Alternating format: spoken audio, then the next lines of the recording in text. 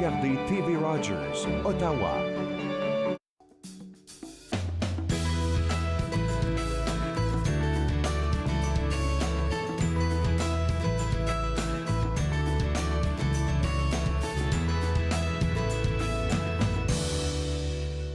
Bonjour et bienvenue entre nous exclusivement sur les ondes de TV Rogers. Je suis Claude-Andrea Bonny. Je me ferai un réel plaisir de passer la prochaine heure avec vous. Aujourd'hui à l'émission, nous allons découvrir le nouveau numéro du magazine Le Chaînon avec son rédacteur en chef, Sami Khalil, qui est avec nous. Et j'ai pu le remarquer, Le Chaînon, si je peux me permettre de le dire ainsi, se retrouve être la dernière revue franco-ontarienne grand public. Et pour ce nouveau numéro-là, c'est assez spécial parce qu'on y parle de la résistance sous toutes ses formes. On va en discuter plus amplement avec M. Khalid qui est ici dans le studio. Et avant que tout cela ne commence, j'aimerais vous donner plusieurs informations que j'ai jugées intéressantes. Je vais commencer déjà avec le Musée des Beaux-Arts du Canada qui va ouvrir, je vais dire en grande pompe, Abada Kone. C'est une exposition qui regroupe plus de 60 artistes de 40 nations différentes. Donc, ce sont des artistes qui font de l'art autochtone. Et quand je vous dis de 40 nations différentes, c'est un peu partout dans le monde. Donc, c'est 60 artistes et 80 œuvres qui vous seront présentées. Et pour le 7 novembre, pour l'exclusivité que je vous donne là, c'est ouvert et gratuit pour le grand public. Donc, vous pouvez juste avoir des informations au www.beauxarts.ca et vous allez avoir l'heure exacte, le lieu exact de l'exposition ou l'ouverture de Abada Kone. Ça s'appelle Abada Kone Feu continuel. Donc, avec le nom et qu'est-ce que je vous donne comme information, vous pouvez imaginer l'ambiance qu'il y aura et cette alchimie qu'il y aura entre ces artistes-là qui viennent d'un peu partout dans le monde.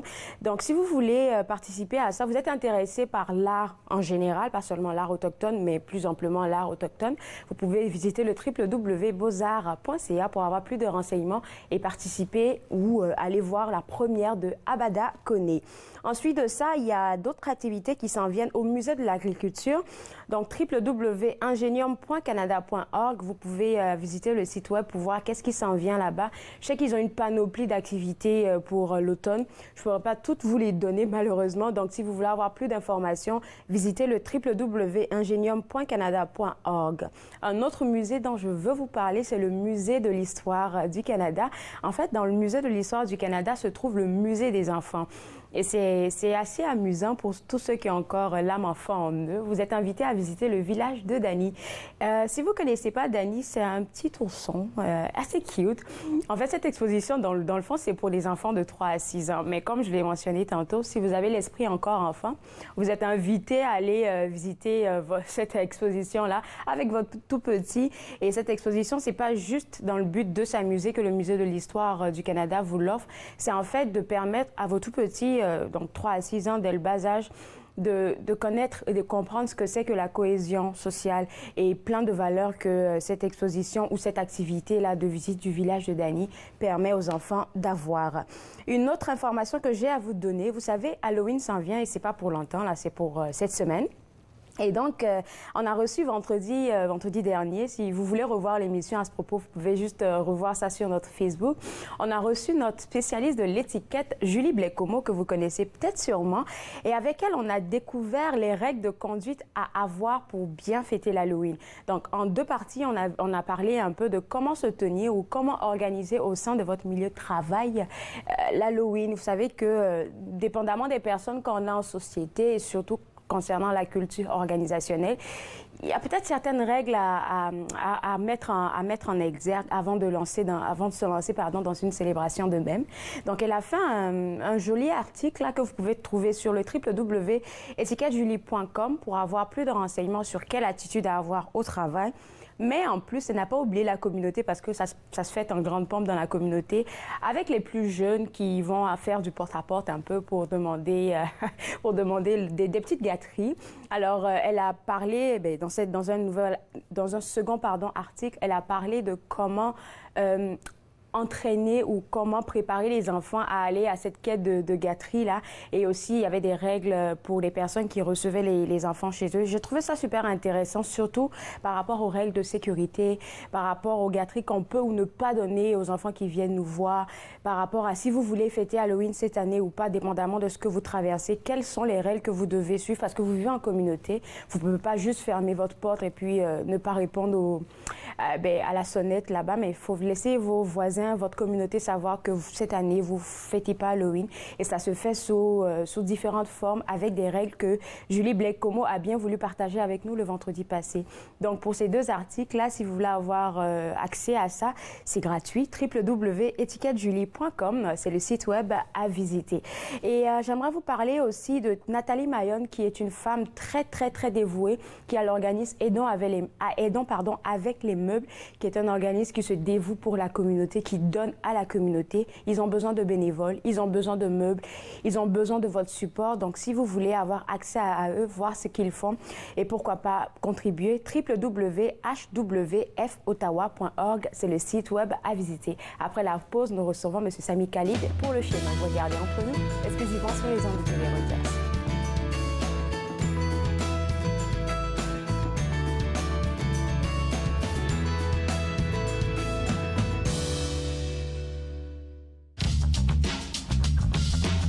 Cette émission est présentée par Télé Ella. Vous êtes enfin aux commandes. Pour en savoir plus, visitez rogers.com.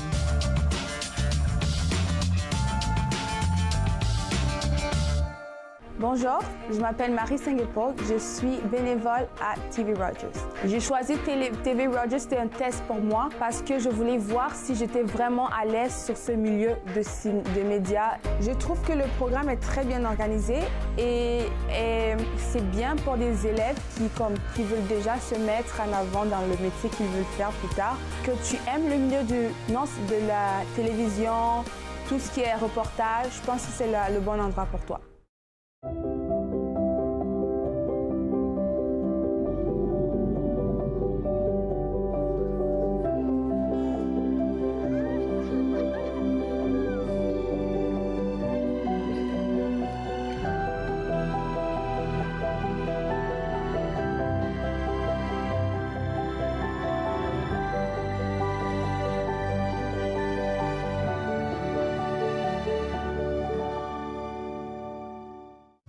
Dans l'apéro avec Julie, je reçois Patrick Brunet, président, Bianca Richer, directrice du marketing chez Aléa Marketing Solutions. L'apéro avec Julie, mercredi 15h sur TV Rogers.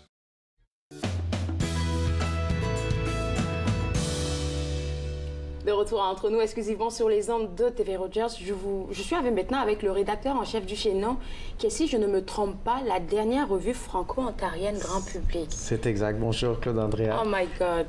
Vous faites du beau travail parce que rester encore dans cette lancée-là, ça demande beaucoup, quelque part. C'est très difficile. C'est de plus en plus difficile pour les organismes franco-ontariens, mais je dirais pour l'ensemble de la communauté francophone au Canada, toutes les communautés en situation minoritaire, de continuer à se battre pour faire valoir leurs droits et s'assurer que leur culture continue à exister. Donc, dans ce cas-ci, on parle d'histoire, de patrimoine, de généalogie, de tout ce qui définit l'identité francophone au Canada et en particulier en Ontario. Et on le fait donc à travers cette belle revue que j'ai le plaisir de présenter diriger, avec de belles couleurs pour cette nouvelle édition. Et je veux juste qu'on mentionne, comme vous l'avez mentionné tantôt, c'est un projet du REPFO, le chaînon. Et puis là, comme vous avez mentionné, ça traite de patrimoine, de culture française, on va dire, d'histoire même française. Oui. Puis plein d'affaires, ça ne s'arrête pas ça à l'art, on va juste à la généalogie aussi. Exact. Plusieurs thèmes. Donc le RPFO, c'est le réseau du patrimoine franco-ontarien qui existe depuis déjà très longtemps. On en parlera un petit peu. Donc oui, cette revue-là se veut surtout historique, je dirais. Donc c'est un média qui va essayer d'approfondir un petit peu plus certaines questions qui touchent à notre culture et à nos communautés pour aller au-delà de ce qu'on peut trouver dans Internet ou dans les médias sociaux, qui est de la lecture facile. Donc, on approfondit. Avec des histoires concrètes souvent, des histoires vraies. Toujours avec des liens concrets. Tous nos auteurs sont bénévoles. En fait, la grande majorité de l'équipe est bénévole, les auteurs, les réviseurs. Et c'est donc, quand on demande à ces contributeurs de nous soumettre des articles, c'est parce qu'ils veulent le faire parce que ça va les chercher personnellement. Ils ont quelque chose à partager. Ça leur tient à cœur, en fait, dans le fond. Là. Puis moi, je suis bien curieuse de savoir comment... on a parlé de la difficulté pour les organismes francophones et tout. Comment vous arrivez à tenir là? Parce que ça va faire plus de 30 ans, hein? Oui, exact. Comment vous faites? C'est difficile. Je dois l'avouer que c'est difficile, mais on garde l'espoir. On continue à aller de l'avant. Écoutez, la publication d'une revue comme celle-là, 3 fois par année, qui contient quand même 68 pages à chaque numéro et qui est imprimée de façon professionnelle sur un beau papier. Oui, un très beau papier. Et donc, le côté impression, le côté envoi par la poste, c'est les coûts qui sont très élevés. Ouais. Donc, les subventions ne sont pas suffisantes pour ça. Déjà, les gouvernements ont peu d'argent à donner pour les organismes comme le nôtre et pour les publications de ce genre-là. Donc, il faut faire preuve de beaucoup d'ingéniosité pour essayer de continuer à maintenir ces revues-là. Et puis, vous avez parlé de 68 pages. Vous avez parlé de collaborateurs qui sont pratiquement plus de la moitié, je vais dire, des bénévoles. Tous entièrement bénévoles. OK. Ouais. Là encore, ça vient me chercher parce que c'est des gens qui veulent toujours donner, en fait. Oui. Puis ça montre un peu la force de la francophonie quelque part. Hein? Oui. Ben, l'organisme, le RPFO, continue aussi à réfléchir à des façons de faire, surtout avec un conseil d'administration, encore une fois, bénévole, pour s'assurer qu'on puisse publier la revue malgré une baisse de lecture de façon générale dans la société. On remarque que plus on avance, moins les gens ont tendance à lire et à s'abonner et à acheter des livres. Peut-être même, c'est juste rapidement sur comme la version électronique. Là. Désolée si vous entendez du bruit, on est en pleine reconstruction. Fait que, donc là, comme j'ai mentionné tantôt, il y a la possibilité aussi de s'abonner comme par les sites web, Internet et tout, mais c'est préférable d'avoir la version papier. La version papier, elle n'est pas très chère. Elle coûte, c'est $40 pour 1 an ou $75 pour 2 ans. Mais il y a une version électronique aussi qui est à, je crois que c'est $25 la version électronique. Donc, c'est l'équivalent de ce document-là. C'est pas une version PDF, c'est une version tourne-page. Donc, on peut consulter dans un site web. Mais c'est exactement le même contenu. Donc, quand on parle de 20 ou $25 pour lire une revue qui a pris des mois à préparer et qui va prendre des heures et des heures à lire, je crois que ça vaut la peine. Parce que quand on parle de 3 publications dans le mois, donc c'est ça, 3 publications dans le mois, ça vous prend du temps pour écrire quelque chose comme ça, pour construire quelque chose comme ça. Et puis, est-ce que vous avez des auteurs récurrents, des personnes à qui vous pouvez vous fier comme... Il y en a quelques-uns. Donc, j'ai la chance de pouvoir travailler avec des collaborateurs qui reviennent régulièrement. Entre autres, Michel Prévost, qui est l'ancien archiviste en chef de l'Université d'Ottawa, président de la Société d'histoire de l'Outaouais, un grand connaisseur des questions d'histoire et de patrimoine dans la grande région d'Ottawa, Gatineau et de l'Est ontarien. Je peux compter aussi sur des gens comme Jean-Yves Pelletier, qui est un ancien cofondateur et ancien vice-président de l'organisme. Et on a aussi des comptes rendus de livres, des recensions de livres qui apparaissent dans la revue à tous les numéros et qui nous sont offertes par Paul-François Sylvestre, un auteur connu de Toronto, qui a d'ailleurs écrit un article dont je vous parlerai dans ce numéro-ci. D'accord. Et puis là, pour vos collaborations avec ces auteurs-là qui se dévouent à la bonne cause, comment vous arrivez à les rejoindre, par exemple? Pour ce chaînon-là qui a pour thème la résistance, en gros, est-ce que vous avez lancé comme un appel ou des gens avaient déposé des affaires d'eux-mêmes parce qu'ils savent que le 1er décembre s'en vient? Comment ça s'est passé? Bien, alors, pourquoi le thème de la résistance et du militantisme? La résistance, c'est un mot qui est sur toutes les lèvres en Ontario depuis presque un an. Là, vous avez parlé du 1er décembre. Puis nous, on ne parle pas de se battre comme de exact. C'est pas la résistance avec un grand R là, qui fait penser à ce qui s'est passé en Europe après la Deuxième Guerre mondiale. On ne combat pas un envahisseur de ce genre-là. Mais ça a été un mouvement vraiment spontané, un réflexe spontané qui est apparu dans la communauté franco-ontarienne et aussi chez les jeunes, ce qui est absolument exceptionnel. Il y a 1 an, en réaction aux annonces du gouvernement provincial de vouloir abolir le commissariat au service en français et abandonner le projet de l'Université de l'Ontario français. Alors, c'est un peu la goutte qui a fait déborder le vase. En fait, les deux gouttes, et la communauté a voulu manifester, voilà, a voulu vraiment exprimer son mécontentement. Donc, il y a eu l'immense manifestation du 1er décembre 2018. Dans les mois qui ont suivi les manifestations, en fait, les actions ont continué. En février, à l'occasion du mois du patrimoine en Ontario français, le RPFO, notre organisme, a organisé un symposium, une occasion de réflexion sur le militantisme. Donc, on a invité des gens qui nous ont expliqué ce qu'on fait au fil des ans pour résister. Et à travers tout ça, toutes ces occasions-là, on s'est dit, il faut explorer davantage, il faut donner plus il faut se donner plus le temps de réfléchir à la question. Et donc, dès l'hiver dernier, dès l'hiver et le printemps, moi, j'ai écrit à des collaborateurs en leur demandant, est-ce que vous voudriez mettre vos idées par écrit? Est-ce que vous pourriez nous parler de ça? Donc, j'ai lancé une invitation quand même très générale. J'ai dit, dites-moi, pour vous, qu'est-ce que ça signifie, la résistance et le militantisme? C'était un peu général, c'était assez vague, justement pour donner la chance aux gens de répondre comme ils le voulaient. Dans toutes les sphères, parce que c'est dans différentes sphères qu'on parle. Oui. Quand on parle de résistance ou de militantisme, oui, c'est de la francophonie, mais à différents angles. Exact. Donc, si vous voulez, je vais vous montrer un peu les réponses, la variété des réponses que j'ai reçues. Alors, par exemple, il y a une auteure du nom de Christine Landry Matamoros, qui a répondu, pour moi, la résistance, ça me fait penser au mouvement Moi aussi. Donc, quelque chose de très moderne, mais en réfléchissant à ses propres recherches généalogiques et historiques sur sa famille, elle est remontée à une religieuse du 17e siècle, quelqu'un qu'elle a dans son arbre généalogique, donc une tante, en fait, une sœur de ses ancêtres, qui a succédé à Marguerite Bourgeois comme religieuse en chef de la congrégation de Notre-Dame à Montréal. Et elle a décidé, elle a refusé d'être encabanée, c'est le titre de l'article, et elle a donc tenu tête à l'évêque qui voulait, par tous les moyens, empêcher les religieuses de sortir. Et il voulait les garder cloîtrées. Donc, elle nous explique et ça, c'était au 17e siècle.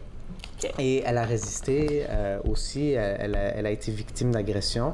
Elle a résisté à ça. Donc, on parle de résilience et de résistance du point de vue historique, généalogique et génétique même, parce que cet auteur nous dit que c'est dans ses gènes et c'est dans les gènes des Franco-Ontariens de vouloir faire la résistance. N'eût été votre question, là, elle n'aurait pas cherché si loin, dans le fond, pour reconnaître exactement, de comprendre exactement qu'est-ce que c'est pour elle la résistance, parce que chacun a son point de vue sur ça. Oui. Wow. Un autre article, celui de Brigitte Murray, qui est membre du conseil d'administration de notre organisme. Elle, il y a un an, il y a eu les tornades dans la région d'Ottawa et de Gatineau qui ont amené beaucoup de destruction. Il y a des gens qui ont été relocalisés à l'Arena, enfin, je ne sais plus si c'est l'Arena, un centre Arthur Guertin. Et elle s'est posé la question, qui est Arthur Guertin? Donc, elle faisait déjà des recherches sur ce père Guertin. Et elle a découvert, à travers ses recherches, qu'il a été un curé important pour ses paroisses, les paroisses où il a été, mais aussi qu'il a joué un rôle dans le mouvement de résistance contre le règlement 17. Donc là, ça nous amène 2 siècles plus tard, au début du 20e siècle, le règlement 17, notoire parce qu'il empêchait l'enseignement en français en Ontario au-delà de la première année du primaire à l'école. Et donc, ça a empêché la transmission de la langue française à toute une génération de francophones, d'Ontariens. Et on voit qu'à travers des actions comme celle-là, mais on perd de notre culture, on perd de la capacité de parler notre langue. Et puis là, il y a aussi, on parle de la résistance, oui, mais il y a aussi la célébration des 30 ans du Roquefort, que je ne connaissais pas. Je pense qu'on va aller à la pause, comme ça on va garder le monde avec nous, parce que juste après, dès qu'on revient, on va parler du Roquefort, des 30 ans du Roquefort et de ce terme de résistance. Là, restez avec moi, vous regardez Entre nous, exclusivement sur les ondes de TV Rogers.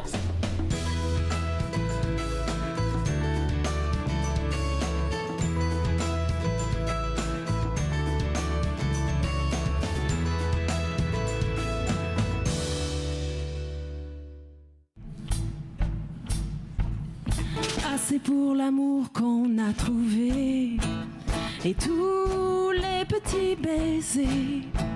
Cette grande complicité quand tu me demandes de danser. C'est pour l'énergie que tu me donnes et tous les beaux moments qu'on façonne. Je les laisse m'emporter, me guider vers toi sans hésiter. Et c'est pour imaginer ma vie à tes côtés, chasser l'ennui, les désirs inassouvis, laisser l'amour nous envahir. Paparapapam, paparapam, parapapam. J'y suis pour jouir de ta présence, franchir les kilomètres de l'absence et vivre chaque lever du soleil comme une magie qui émerveille. Et N, c'est pour apprendre à naviguer tout ce qu'on peut se dire pour s'offenser. Mais on trouvera bien la patience quand on y croit. Cette romance.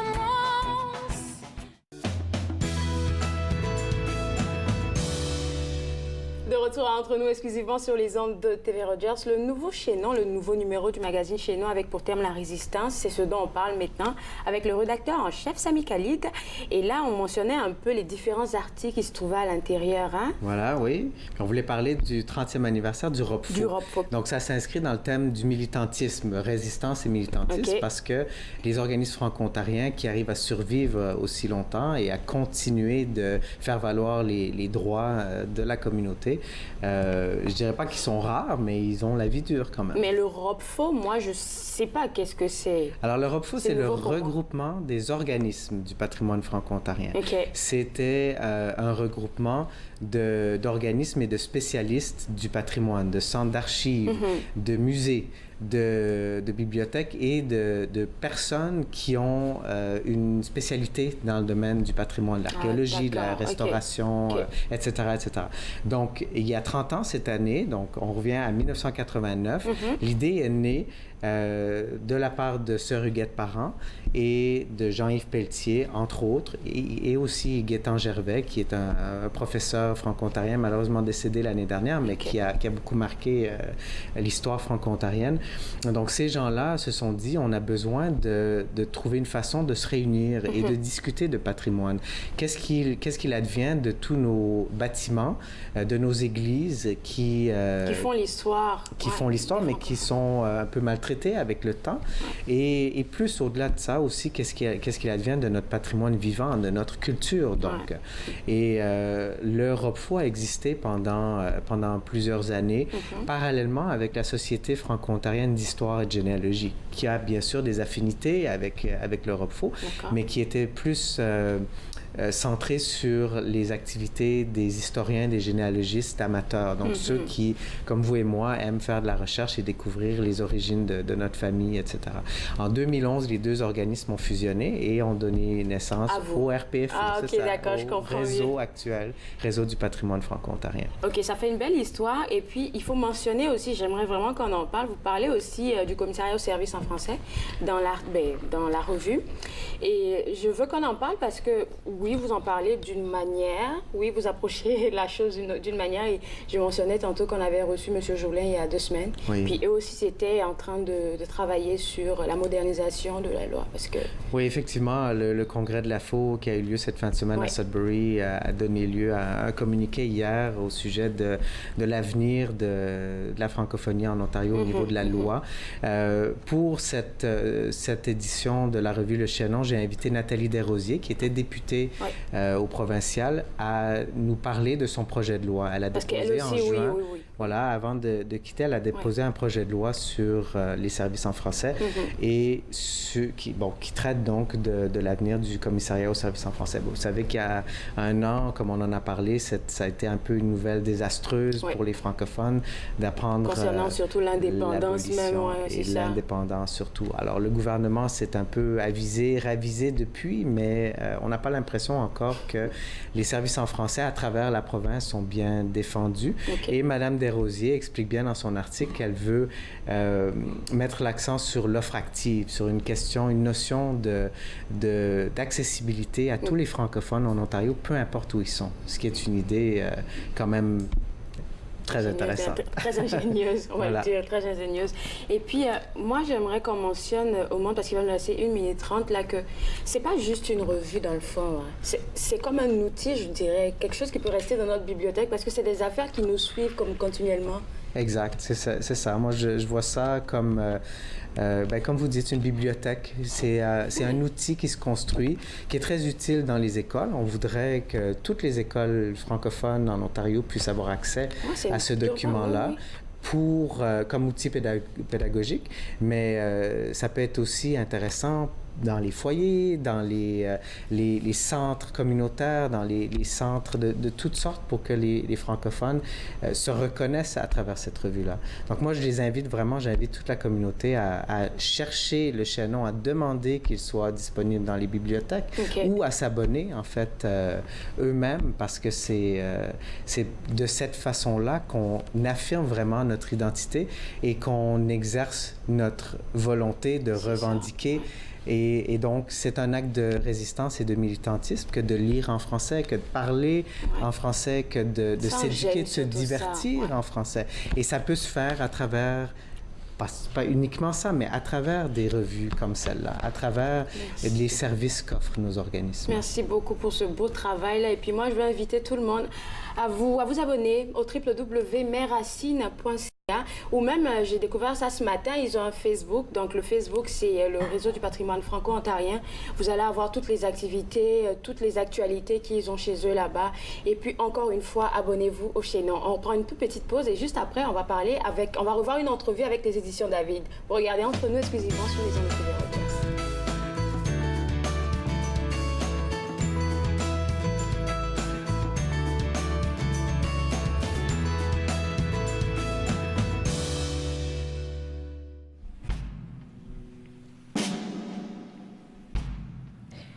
Il y a un écart,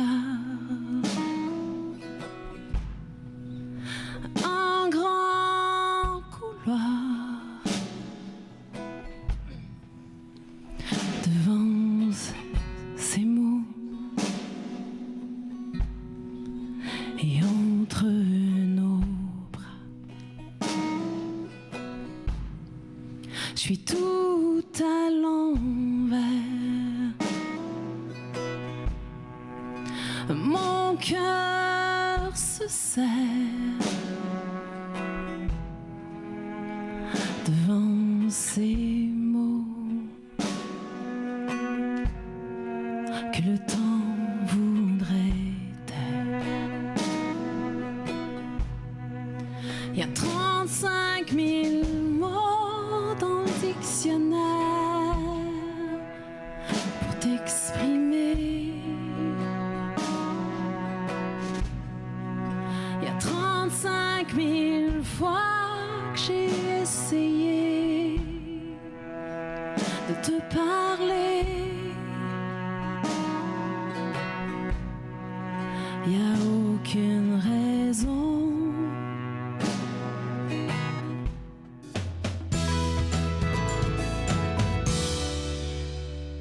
De retour à Entre nous, exclusivement sur les ondes de TV Rogers. J'ai avec moi maintenant 2 représentants de Dialogue Canada. Et puis, Tréva, la dernière fois qu'on s'est vu, on a parlé de tous les défis et les enjeux que Dialogue Canada a le pied dedans, je vais le dire comme ça. Et puis, tu nous annonçais qu'il y avait une AGA qui s'en venait. Ouais. Oui, en effet. Nous avons tenu notre AGA le 17. OK. Oui. Puis ça a bien été? Très bien été. Nous n'étions pas tellement nombreux, mais nous avions un conférencier tout à fait exceptionnel, M. Francis Saunier de la presse francophone, qui nous a parlé évidemment des défis à la presse, mentionné tantôt le droit. Oui. Alors c'était très intéressant. Les gens l'ont questionné pendant longtemps. On a même été obligé de couper la conversation afin de continuer. Fait qu'il y avait plein de sujets super intéressants que vous avez énumérés là. Oui, excellent. Je pense que la dernière fois qu'on a discuté aussi, on mentionnait qu'il y avait 3 nouvelles personnes qu'on devait mettre en place ou trompe? En fait, je me suis trompée. OK, Ça c'est pas fait bien des grave. fois. C'est un des membres qui a renouvelé son mandat. D'accord. Et nous avons une nouvelle membre, Madame Mary Kirby, OK. que je connaissais depuis longtemps. Ça fait plusieurs années que j'essaie de l'avoir à notre conseil. Et finalement, elle s'est libérée de d'autres activités. Elle a été élue. Nous avons présentement un poste libre. OK. Et c'est à dessein. Nous cherchons tout particulièrement un francophile. OK. Parce que notre conseil d'administration est assez lourd du côté de francophones engagés, mais nos anglophones sont peu nombreux. Heureusement qu'on a John toujours là. Et nous avons perdu un membre qui est là depuis 23 ans, OK. qui a choisi que c'était le temps peut-être de donner sa place, M. John Legg. Est-ce qu'il était fondateur avec toi, John? Non, mais il est venu tôt après. Et il a été un homme exceptionnel, un ancien ambassadeur, un homme très pondéré, toujours avec des opinions très judicieuses, et il va nous manquer. Et puis, M. Trent, vous êtes le fondateur de Dialogue Canada. Vous n'étiez pas seul dans les débuts, mais vous êtes quand même l'un des pionniers de Dialogue Canada. Vous voyez une belle continuité avec ce qui se passe actuellement? Je vais vous dire la vérité. La vérité, ça touche les médias. Ouais. C'est-à-dire, nous sommes pour le dialogue. Pour la plupart, les médias, c'est pour le conflit. C'est-à-dire, il faut avoir des histoires à raconter. À partager. Et donc, ça toujours nous a nuit parce qu'il nous faut des membres. Pour avoir des membres, il faut que la population, que les médias en parlent. Oui, c'est ça. Et c'est ça un peu notre difficulté. Puis je pense qu'avec Trayvon, on a mentionné ça la dernière fois. Je pense qu'au tout début, dans les années 90, vous étiez comme combien de 10 000? On était 1000 avec 10 chapitres de travers le pays. Puis là, on est rendu à quoi? 50, 60? Puis ça, c'est un défi. Et c'est pour ça que vous êtes là, parce qu'au moins, on invite le monde à vous connaître et puis à savoir quelles sont vos actions. Là, on va revenir sur un peu les élections, là. Parce que forcément, ça touche à votre organisme quelque part. Hein. Oui, c'est quoi vos réactions, si je peux me permettre? Mais je vais vous parler de juste une chose. OK. Parce qu'il y a un sujet qui a retenu l'attention de tout le monde. C'était la question de l'action climatique. OK. Et la nécessité maintenant. Maintenant d'avenir, Et donc, puisque nous parlons de dialogue, j'ai écrit un article pour le Hill Times la semaine passée, dans lequel j'ai parlé de la question qui manque actuellement, c'est de reconnaître que pour l'action pour changer le climat, il faut les Nations Unies. Et les gens ont complètement oublié que c'est les Nations Unies qui ont commencé la question environnementale il y a 50 ans. C'est incroyable. Wow. Et ils ont fait des conférences et finalement, je vais faire l'histoire plus courte. Bref, ils ont tenu la conférence de Paris où tout le monde, là, tous les pays étaient là. Et tous les pays ont accepté de faire un plan pour s'attaquer au problème du carbone. Et maintenant, ce que je propose, c'est que le Canada, une proposition pour M. Trudeau, devrait essayer de mener, au lieu simplement de suivre, de mener et de faire, d'offrir, de faire une conférence Paris 2 à Montréal l'année prochaine. Et on va l'appeler la conférence pour sauver la planète, et dans laquelle on va chercher à demander à tous les pays de doubler leurs programmes. Efforts et tout. Oui, c'est ça. Et de le faire 2 fois plus vite. Parce que c'est urgent maintenant, et je pense que de plus en plus les Canadiens sont conscients. Et alors, c'est ça notre proposition. Moi, je suis tellement contente que vous en parliez de ce document que vous avez écrit, parce qu'avec Treva, la dernière fois qu'on a discuté, elle m'a dit que la première fois que vous avez écrit, je crois, il y a plus de 21 articles, ça a vraiment changé la donne. Donc, je suppose que cet article aussi a son poids. Est-ce qu'on peut le retrouver sur le site web? On Pas peut pour la- certainement ou bien- le mettre sur notre site. Oui, je pense que ça serait intéressant Notre site pour- fait encore pitié. Il faut absolument Non, qu'il ça va soit. bien aller. Mais il faudrait que cette lettre-là, et en fait, il faudrait, je pense, John, en t'écoutant parler, je pense que nous avons un autre rôle à jouer, de communiquer justement avec M. Trudeau et de lui suggérer ce que tu viens de dire. Je pense que c'est notre rôle comme dialogue et tout de suite, je te demande de préparer la lettre. Oui, il faut battre le fer quand il est chaud, là. Puis là aussi, il y a un autre sujet qui intéresse tout le monde, hein, la modernisation sur la loi, les langues officielles.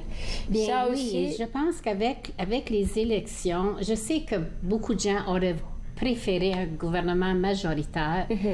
Et moi, je pense que pour le pays, le gouvernement minoritaire est peut-être mieux. Ça va forcer les gens au dialogue. Et c'est ce que nous préconisons toujours.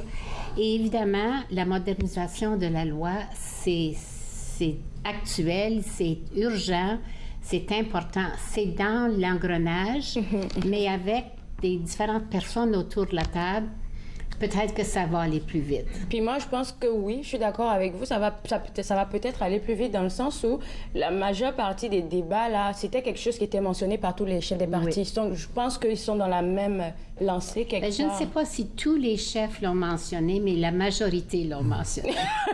Mais nous avons un commissaire langues officielles.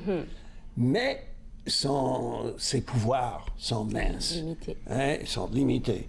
Et c'est la proposition qu'on fait actuellement pour la modernisation de cette loi, qu'on change, on donne le pouvoir essentiel d'exécution, pas de recherche et ainsi de suite, mais au Conseil du Trésor. Parce que le Conseil a beaucoup de points. Et quand il parle, quand il dit, les gens ça doit agissent. se faire, oui, ça doit se faire. Ouais. Il faut un organisme qui a des dents et qui peut faire réagir et agir les différents ministères. Et quelqu'un qui a du pouvoir. En fait, nous Et Air Canada. Oui, Air Canada, pauvre Air Canada. Nous appuyons la FCFA dans sa revendication. Et comme tu sais, la FCFA regroupe les organismes francophones de partout au pays. Et tout le monde demande que la loi ait des dents, qu'elle soit reformulée, que son préambule soit reformulé avec plus de force, plus de dents. D'accord, bon, moi je vous fais confiance. Notre entrevue est malheureusement terminée, donc je vous fais confiance pour la lettre pour le changement climatique. Il faut battre le fer quand il est chaud, je pense que c'est le moment. Puis je pense qu'on va te revoir dans 1 mois pour nous donner l'avancée des choses de votre côté. Est-ce que c'est bon? Oui, Rendez-vous excellent. est pris dans 1 mois. Merci Avec beaucoup à plaisir. vous deux. Merci. Et puis si vous voulez plus d'informations sur qu'est-ce que fait Dialogue Canada, www.dialogue.ca. C'est plutôt www.dialogue.gc.ca. Donc, après la pause, maintenant, on va parler des parutions aux éditions David. Vous regardez Entre nous, exclusivement sur les ondes de TV Rogers.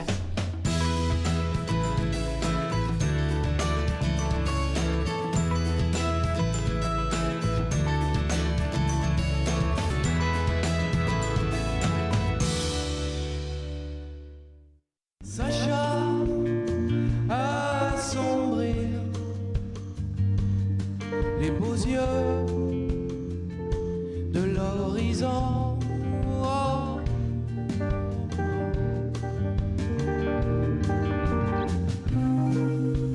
Promesse de voyous et foi de canaille, j'allume des feux de paille un peu partout.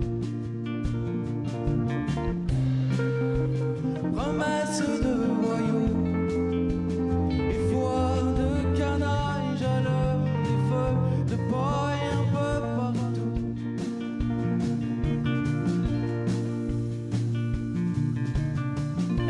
La maladresse des premières fois et le bon feu de la paresse.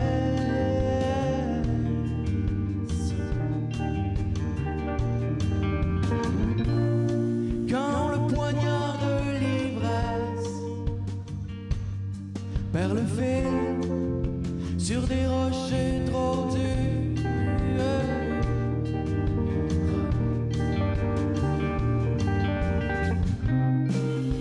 À cette heure porcelaine de Chine crève les yeux des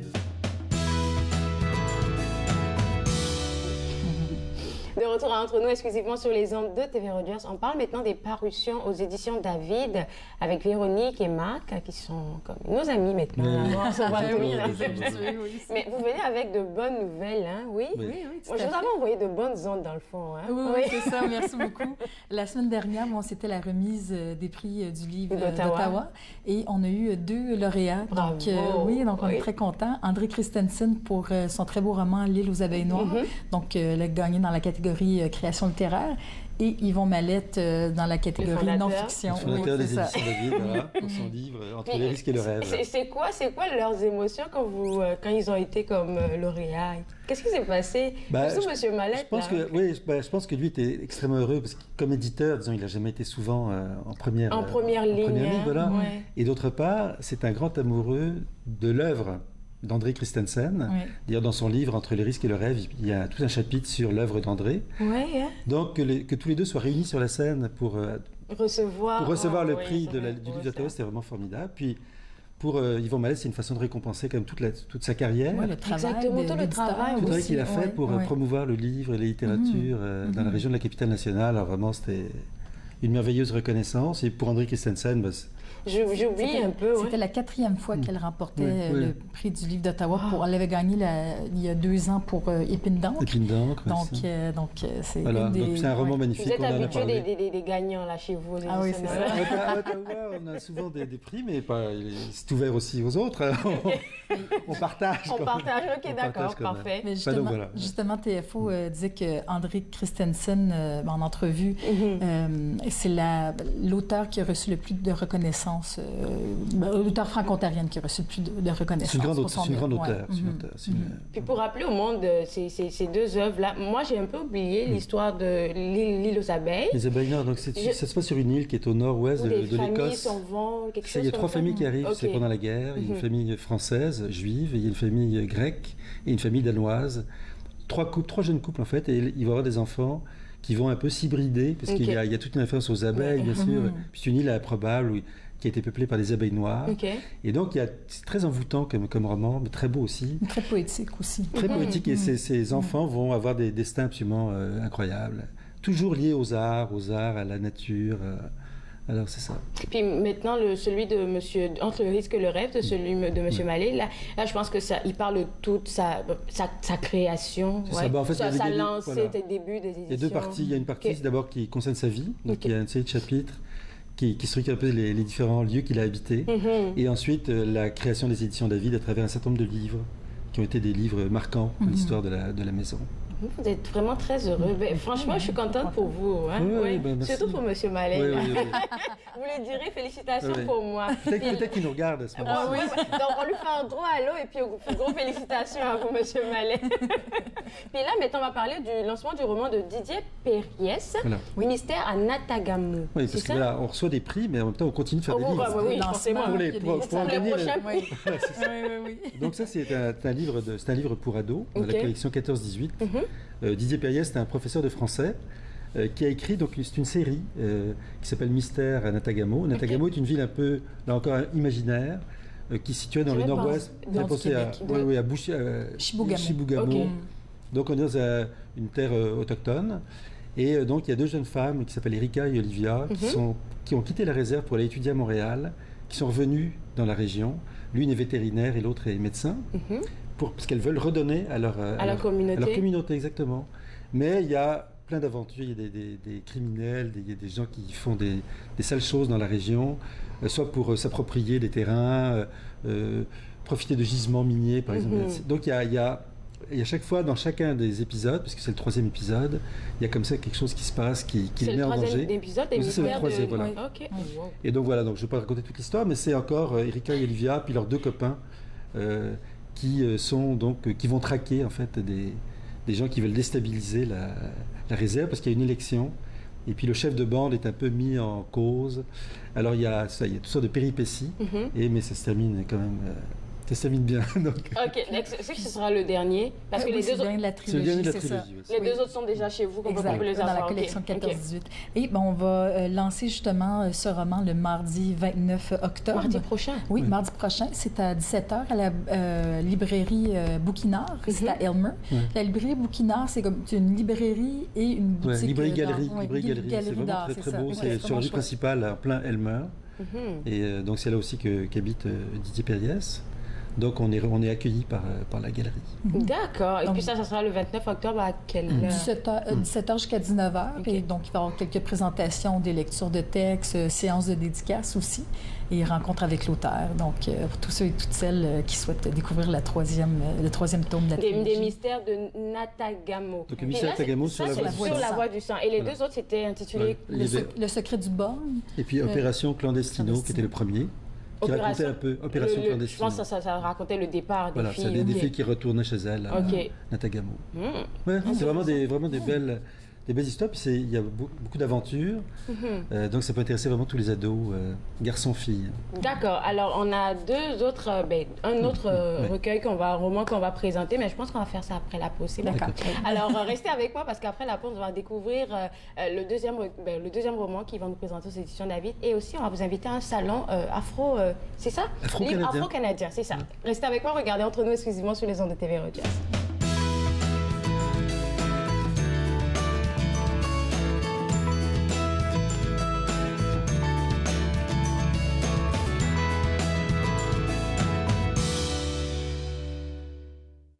À quoi bon courir pour s'enfuir dans la détresse? Garder sa raison, chasser ce qui blesse. J'en fais la promesse. J'en fais la promesse.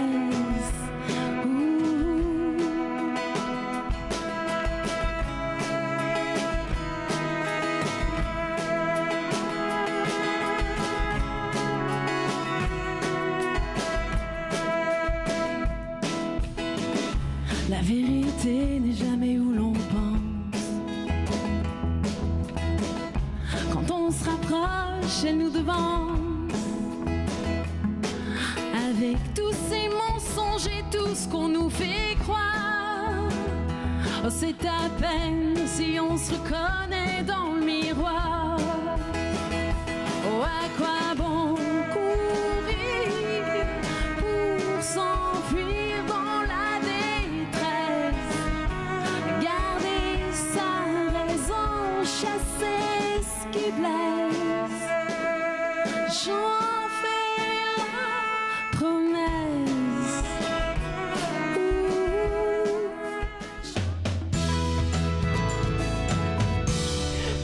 De retour Entre nous exclusivement sur les ondes de TV Rogers, on parle toujours littérature avec deux représentants des éditions David. Puis là, on va parler du vieil homme sans voix. Voilà ça. Donc, c'est le 10e roman de Didier Leclerc, qui est un auteur d'origine rwandaise, mais qui habite à Toronto depuis plusieurs années. Donc, c'est un roman qu'on vient de lancer la semaine dernière. Puis, je vais te laisser Marc. Oui. Donc, Didier, c'est un auteur qui habite à Toronto. Donc, l'action se passe à Toronto. C'est un homme qui a été fortuné, qui était un grand séducteur, mais aujourd'hui, il a 80 ans. Il est dans une maison de retraite de luxe à Toronto. Mais ce qui est très particulier, donc sa famille vient souhaiter son anniversaire. Sauf que ce qui est particulier, c'est qu'il a eu 3 épouses à 3 époques différentes. Donc il y a une qui a 60, l'autre à 50, l'autre à 40. Alors les 3 épouses sont là dans sa chambre. Et il a eu un fils unique, qui lui-même a eu un seul fils. Donc il a un petit-fils également. Donc ils sont tous là réunis dans la chambre. Et les 3 épouses, en fait, le courtisent parce qu'il est encore très riche. Et elles veulent profiter un peu de ses largesses. Mais lui, ce qui est particulier aussi, c'est qu'il est devenu aphasique. Il y a eu un traumatisme, il est arrivé quelque chose de très traumatisant dans sa vie et il a perdu la voix, il ne peut plus parler. Alors, il se promène avec un petit carnet et donc là, les épouses sont tout autour de lui, il y a du bruit, ça bouge et lui t'entend et il fait semblant de ne pas entendre, de ne pas comprendre, mais en fait, il entend très bien, sauf qu'il ne peut pas il ne peut pas parler, Donc, il est très lucide, il observe, puis c'est ça. Il envoie un petit billet en disant voilà... Enfin, donc ça commence comme ça, mais en fait, on on apprend évidemment son histoire, qu'est-ce qu'il a vécu avec ces 3 femmes-là, que sont-elles devenues également. Et puis on apprend qu'il y a eu, ce qui a un peu été la base de son traumatisme, c'est qu'il a eu une grande sœur dont il était très, très proche quand il était enfant, qui s'est beaucoup occupé de lui, qui a disparu à un moment donné en Afrique. Et donc c'est la recherche de cette sœur aussi qui l'obsède, qui vraiment le mine. Alors ça c'est un peu la trame de fond. Mais sinon, ce qui est très amusant, c'est qu'on est dans cette maison de retraite de luxe où il y a des personnages très colorés. Il y a 2 sœurs qui sont là. Il y a un monsieur qui a encore un certain appétit sexuel.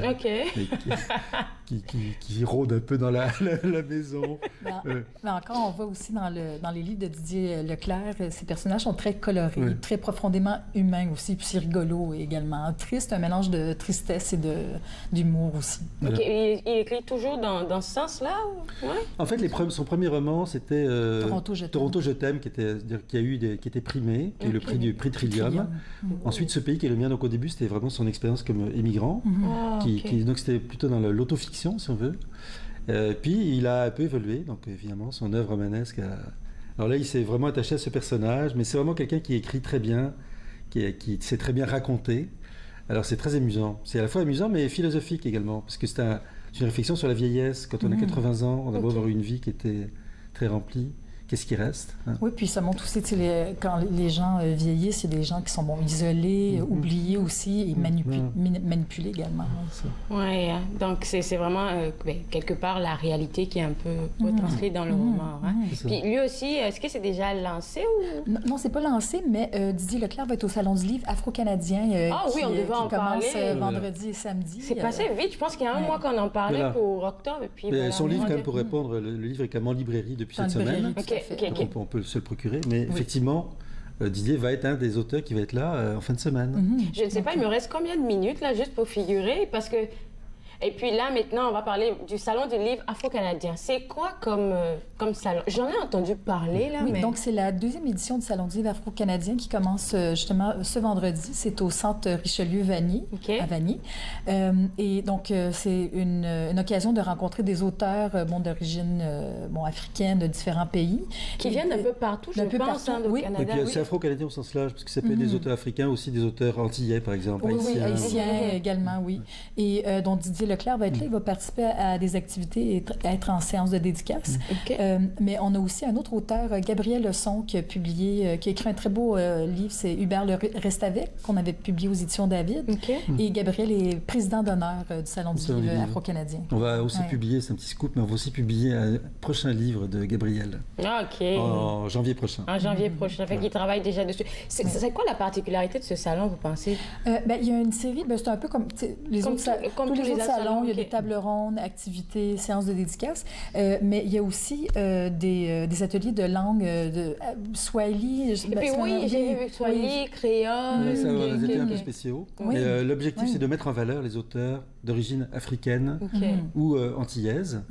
Et puis, parce qu'ils ne sont pas toujours visibles, ils ne sont pas toujours très présents. Alors, vraiment, c'est de les mettre en valeur. Puis dans un esprit de partage aussi, avec la communauté franco-ontarienne et québécoise. Tout le monde est invité. Oui.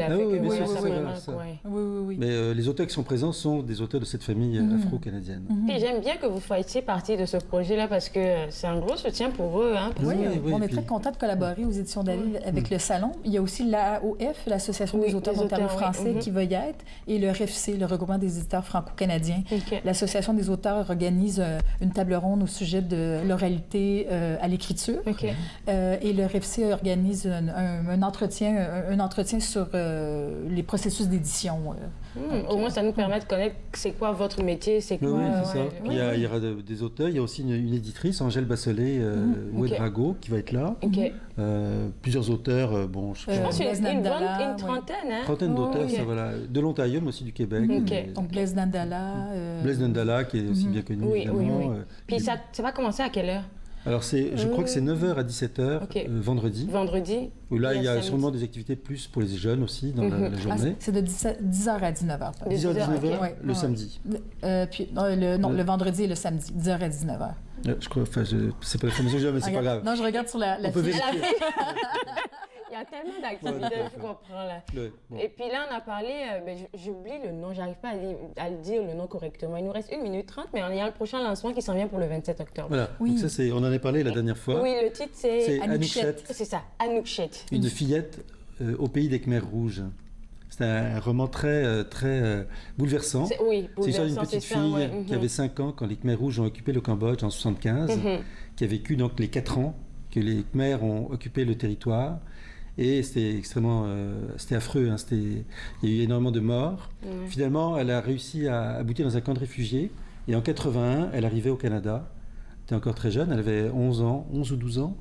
Et elle a refait sa vie au Canada. Alors c'est à la fois une histoire de cette petite fille, mais aussi une histoire de beaucoup d'immigrants en fait, qui sont venus au Canada puis qui ont vécu des choses extrêmement difficiles. Ce qui est particulier, c'est qu'Henriette Levasseur s'est fait la voix d'Anoukchette. Donc, c'est elle qui a pris la plume pour raconter l'histoire d'Anoukchette. Donc, on va lancer ce très beau livre ce dimanche à Hull, au château... comment on prononce le château Montferrand? Non, oui, c'est ça. Je pense qu'on va réfléchir pour le lieu du lancement, parce qu'on là, on part à la pause. Là, Restez avec moi, vous regardez Entre nous, exclusivement sur les ondes de TV Rogers.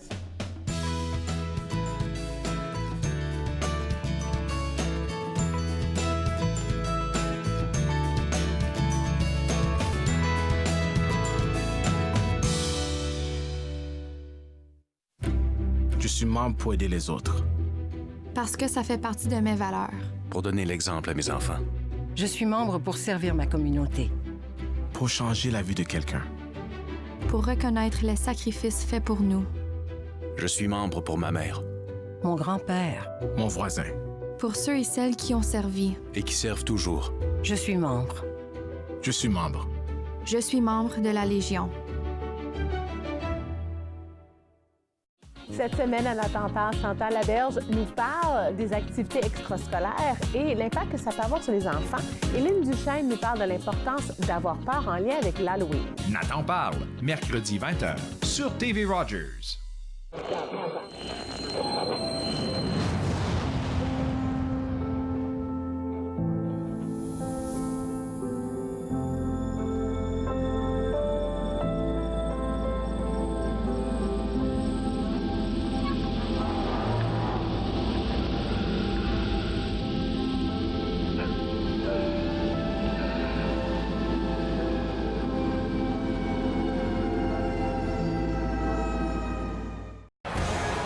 De hockey. Ne manquez pas notre prochain match de la LHJMQ alors que les Remparts de Québec viendront affronter les Olympiques de Gatineau. C'est un rendez-vous ce vendredi 19h30 sur TV Rogers. De retour entre nous exclusivement sur les ondes de TV Rogers, on parle toujours littérature avec les représentants des éditions David, Marc et Véronique. Puis là, on parlait du lancement de Anoukchette, c'est ça? Anoukchette, une fillette au pays des Khmers. Le 27 octobre, finalement, on a trouvé le lieu, c'est Château Montserrat à Hull. OK, d'accord. Tous les détails sur les événements sont disponibles sur le site web des éditions David, www.éditiondavid.com. OK, d'accord, parfait. Et puis, ou encore sur Facebook. Ou encore sur Facebook. Oui, vous êtes très actifs aussi sur Facebook. Là. Ça, c'est Véronique. Et puis là, il y a quelque chose d'autre qui s'en vient. Vous êtes présent au salon de Dieppe. Oui, parce qu'en même temps que le salon du livre afro-canadien ce week-end, le salon du livre de Dieppe au Nouveau-Brunswick, on a Jean Famille qui est d'origine égyptienne, qui habite à Ottawa, et Catherine Bellemare qui est de Gatineau, donc ils sont au Nouveau-Brunswick pour le salon. Vous êtes vraiment partout. Vous bougez beaucoup, hein? Oui, on bouge. Est-ce que quelqu'un va représenter, aller les soutenir là-bas et puis un restera ici pour le salon afro? Malheureusement, non, on ne pourra pas être à Dieppe parce que c'est un peu loin, mais on sera au salon afro-canadien, ça c'est certain. Et puis il y a d'autres salons qui s'en viennent après. Il y a Montréal, Toronto, on va peut-être aller en France, même tous les deux. On garde ça pour quelqu'un. Merci à vous deux et puis bonne chance encore pour tout ce qui s'en vient. Moi, je me suis fait le plaisir de passer 7 heures avec vous. On se voit bien évidemment demain à l'émission. On va parler cinéma avec Gisèle Nanterre. On se voit donc demain. Restez connectés. Au revoir. Faites-nous part de vos commentaires en composant le 613-521-2323 par courriel sur Facebook et Twitter.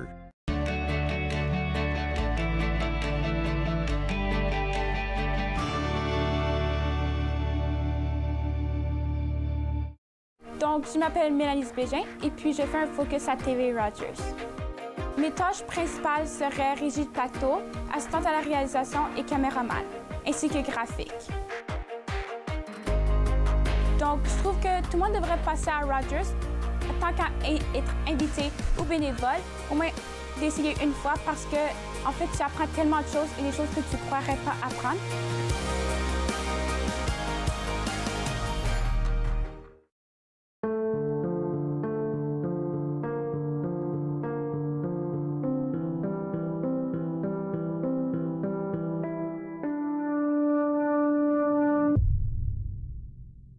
Du sang dans l'urine est le symptôme le plus commun du cancer de la vessie. N'ignorez pas ce signe, pas même une seule fois.